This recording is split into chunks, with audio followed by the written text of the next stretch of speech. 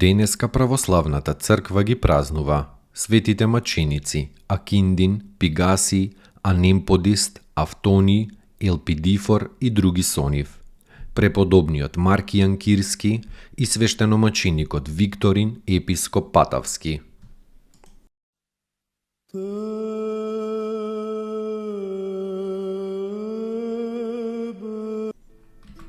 Светите маченици Акиндин, Пигаси, Анемподист, Автони, Елпидифор и други со нив, христијани од Персија, пострадале за време на царот Сапор во 335 година.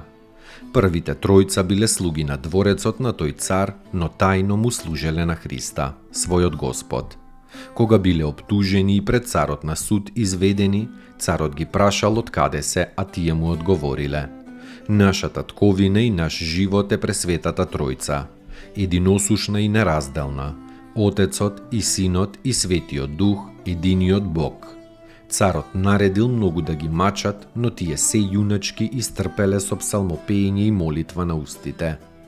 За време на мачењето и на темнувањето им се јавувале ангели Божи повеќе пати, а еднаш и самиот Господ Христос како човек, со светло лице како сонцето. Кога еден од мачителите, Автини, го видел чудото, како зовриеното олово не им наштетува на мачениците, и тој поверувал во Христа и извикал: голем е христијанскиот Бог. Затоа веднаш бил убиен. И многу други виделе и поверувале. Тогаш царот наредил да ги сошиле во кожени мевови Акондин, Пигаси и Анемподист и ги фрлиле во морето. Но од оној свет се јавил светиот Автони со 3 светли ангели, ги извадил мачениците на суву и ги ослободил. Елпидифор бил царски велмош. Кога изјавил дека е христијанин и го изобличил царот за убивањето на невините христијани, царот го осудил на смрт. И Елпидифор бил погубен заедно со околу 7000 други христијани. А оние тројца први маченици најпосле биле фрлени во огнена печка со 28 војници и со мајката на царот, бидејќи и тие верувале во Христа.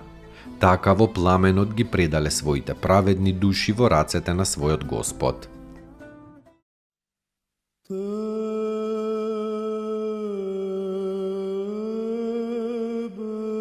Преподобниот Маркијан Кирски, од градот Кир во Сирија, се одликувал како со благородно потекло, така и со убавина на телото. Се оставил заради Христа и се повлекол во пустината Халкитска на очелнички подвиг. Бил современик на патриархот Флавијан Антиохиски и на царевите Констанци и Валент. Во неговата келија ноќе светела божествена светлина на која го читал Светото писмо и никогаш немал потреба од друга светлина. Бил голем чудотворец во животот и по смртта. През смртта му наредил на својот ученик Евсевиј да го скрие неговото тело и тајно да го закопа заради многуте обожаватели. Се упокоил во Господа во 387 година.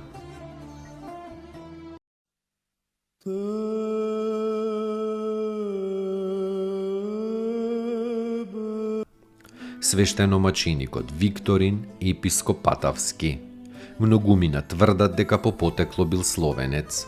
Блажени Ероним го истакнува како учен и благочестив маж. Подобро знаел грчки отколку латински. Напишал толкување на неколку книги од Стариот и од Новиот Завет. Пострадал за Христовата вера околу 303 година.